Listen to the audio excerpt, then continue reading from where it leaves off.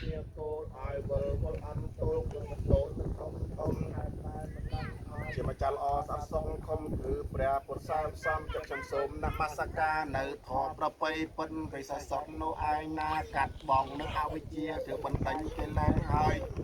សង្ឃហង្សាវៈមិនសង្វរៈសទ្ធាត្រង់កំដោយកម្សលត្រង់និងសមាធិបញ្ញានិងវិមុតតិមានកិលេសគ្មានក្នុងអាត្មាជាបញ្ញកេត្រា